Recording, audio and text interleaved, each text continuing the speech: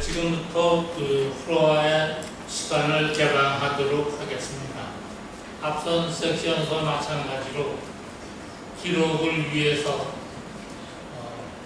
토론을 하실 분들은 소속과 성명 그리고 어느 분에게 질의한다고 하는 점을 말씀해 주시기를 부탁드립니다. 자, 그러면 토론을 진행하도록 하겠습니다. First.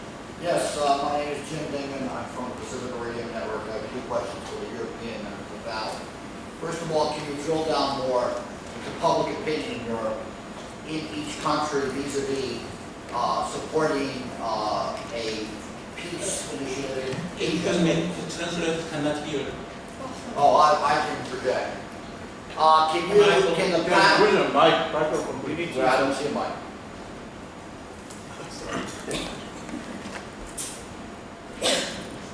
All right. Can the panel drill down further into the opinion in Europe, in each country? Because we know in the United States we're looking at the European elections, and in all the different countries, you can use whatever term you want, far right, alt right, neo-fascist, whatever kind of characterizations you have.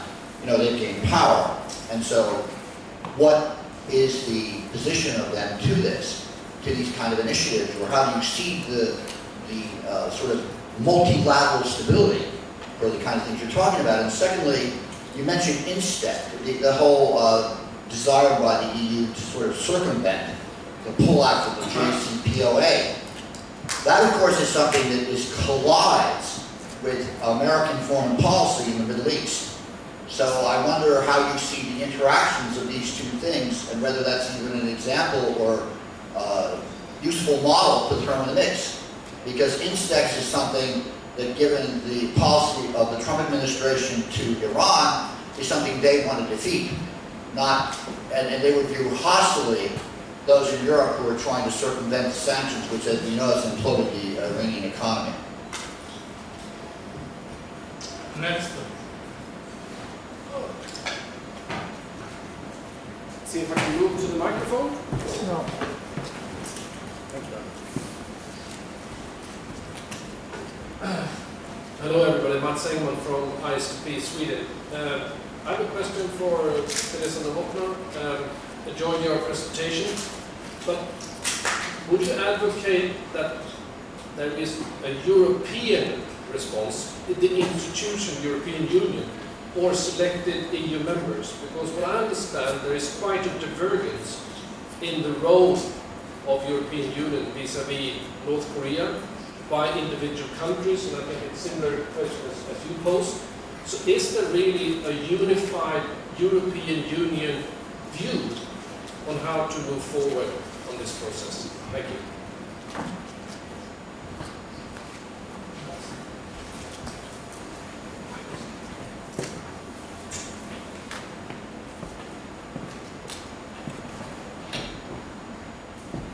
Hi, my name is Hayden Kim, and my question is for Dr. Novotna. I was wondering what you meant exactly by your third option out of the offers the European Union can offer.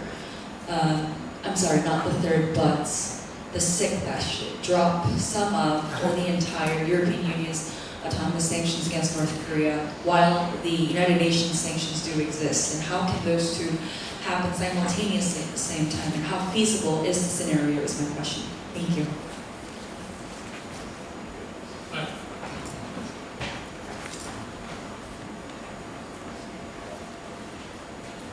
Alexander Zhebin, Director of Korean Studies Center from Russia. May I make a short comment on Mr. Park's presentation? While our paper presenters think over answers to their questions. Actually, I like very much Dr. Park's presentation, because to my mind he raised a very important issue of responsibility of both North and South Korea at the current stage of relations between inter-Korean relations. He mentioned about the Constitution of Republic of Korea, that it claims the territory of Republic of Korea as a whole peninsula. Constitution of North Korea claims that DPRK represents, I quote, interest of the all Korean people, or all Korean people. So both sides, from the top constitution level to the down, education in school and kindergartens, it seems to me did very little to move towards each other. It is an open secret that both in North and South Korea, many people prefer to place major responsibility for the continuing division of the country on outside forces. But is it so in reality? Many projects which were agreed upon by North and South not realized, not only because of outside forces. Let's think not only about Kaesong project or Kim Gan-san project, but for such project, I remember in the beginning of 90s, both North and South Korea agreed to work on a joint vocabulary of Korean language. This issue, purely humanitarian nature, was never fulfilled. Look at the agreed understanding of the, which was fixed in a joint declaration in 2000, during the first summit between North and South, when both sides wrote in a joint declaration. They have, for the first time in their relations, they agreed that there is some common ground because between initial stages of unification plan of North and South Korea, and they promised to work to make this common ground wider and move forward in this direction. But this work was never done also. So there's a problem not only in international sanctions or United Nations sanctions. The problem that both sides unfortunately failed to do their job, to make their way towards each other in the unification process. And in this respect, the three summits which were held during last year, it seems to me they actually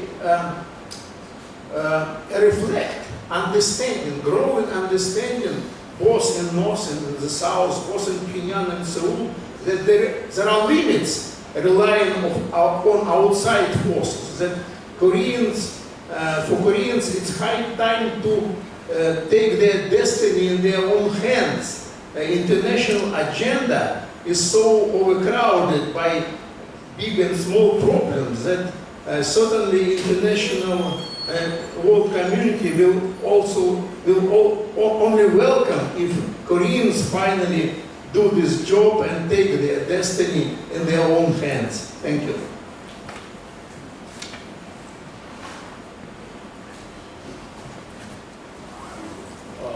My name is Dong from Yonsei University, South Korea. And, my question is very simple. I think my question goes to the last two speakers. And it's about the European Union to North Korea. If North Korea does not give up the position of nuclear weapons, then what policies or options available to EU as a general? This is my question.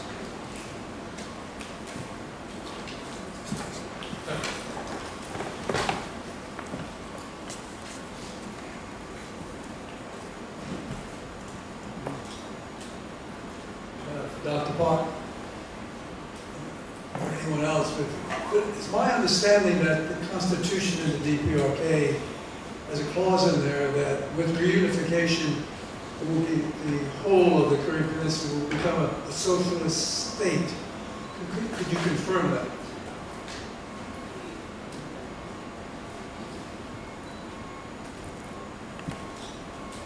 네.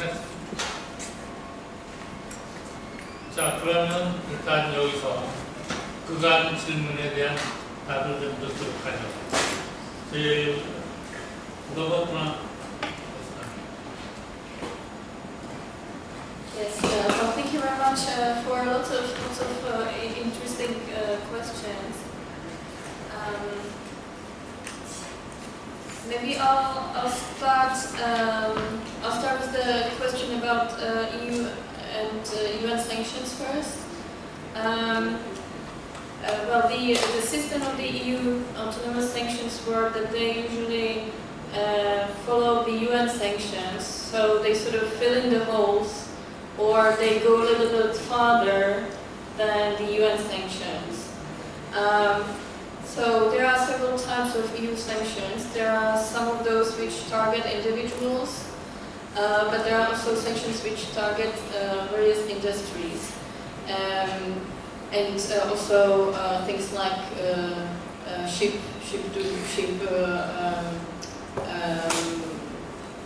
various ships which do the ship-to-ship relocation of resources. When it comes to sort of desanctioning, in a way the logical step would be to go from those sanctions which are done at the end. Therefore, I was suggesting to start with the EU sanctions. For example, look at different industries that could be where the sanctions could be lifted. So I just had some discussions in Seoul, and some of my colleagues were saying, well, actually, those industries where we see most privatized,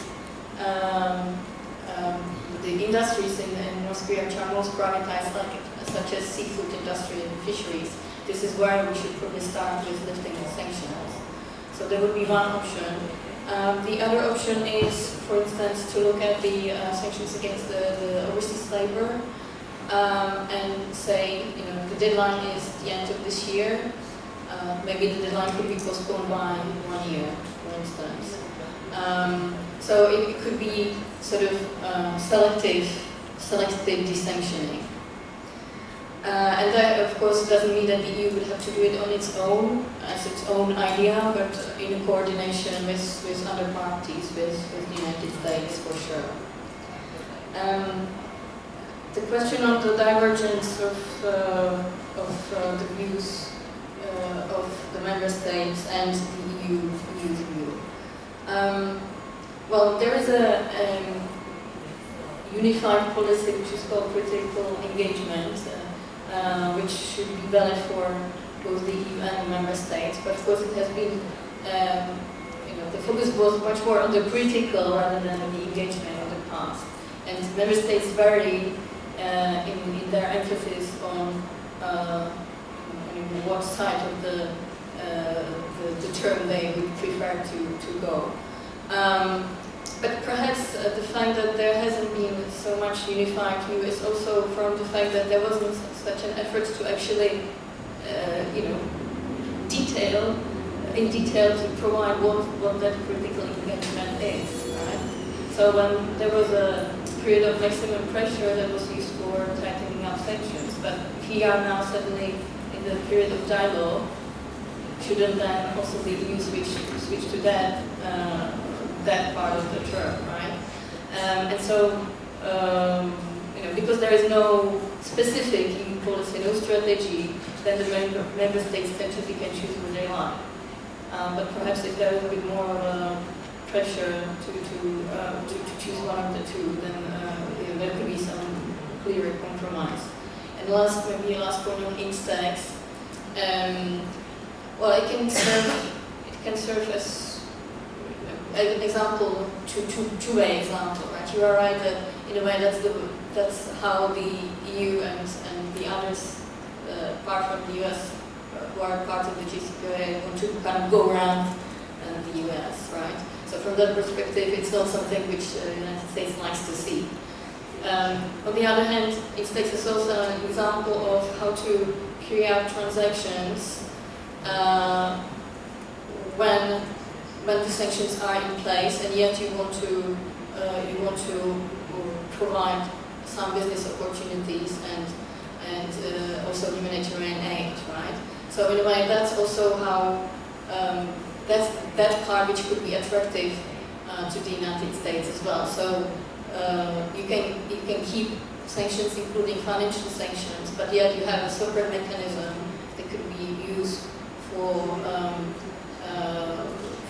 certain types of financial activities. Thank you. Just two brief comments, really brief. On the issue of public opinion, please don't quote me, and support to certain countries. I've been traveling with delegations before to different countries. My experience is that, again, please don't quote me with your former colleagues, that the extreme right has a perverse sympathy for dictatorships. So it's taken very far, and you wouldn't expect it, but even extreme right for left-wing dictatorships and vice versa. So only my personal experience working with what we call delegations. So we have kind of, how do we call it in English? The US caucus, I think you say caucus, no, European caucus inside the Congress. So we have a kind of Iran delegation, a delegation from the Korean Peninsula. As I said, the extreme groups have a perverse sympathy for dictatorships. On the role of the financial instrument, honestly, I think, again, off the record, nobody has done as much as President Trump to keep Europe together in the recent, I'd say, 2 years. This is, for example, true for the FTAs. I'm pretty sure that the FTA with Japan would not have been ratified as fast as it was by European Parliament. If now even the left wing couldn't say, President Trump is killing multilateralism. So before they would have said, oh, there are environmental concerns, ecological concerns, labor standard, ILO concerns. Now they can easily hide behind, because sometimes they wanted it, but they couldn't get it through, Now they have to easily say, President Trump is destroying multilateralism, so we have to engage with Japan, we have to keep the rest of the multilateral system working. And I think the same is actually even true, in my humble opinion, for Mercosur. So he has had a very favorable impact on EU's trade relations from that point of view, as cynical as that may sound. And I think in a certain way, I used to work a lot with the euro, I was involved pretty much. There is a think tank, I think in economic terms, the best think tank in Brussels, Bruegel, B-R-U-E-G-E-L. They have published two interesting papers. One, they call it global economic governance, and one on trade strategy. Economic governance, more or less the message is the euro is saved. Actually, I believe there was never a danger of being destroyed, but anyway. So euro is saved, and now we have taken care again of the external dimension of the euro. You have seen perhaps that the share of the euro in global foreign exchange reserves is rising again pretty impressively. It went down at the beginning of the crisis. So they are really advocating a much stronger external representation of the euro, a much stronger role for the euro. And I think again that these sanctions, the unilateral, how do you say it? The unilateral, let's say the US unilateral action on Iran has strongly reinforced the conviction on the European side that we have to take a stronger and more egoistic approach on the role of the euro in the global financial and economic system. 감사합니다. 박경민. Thank you for your very kind comments.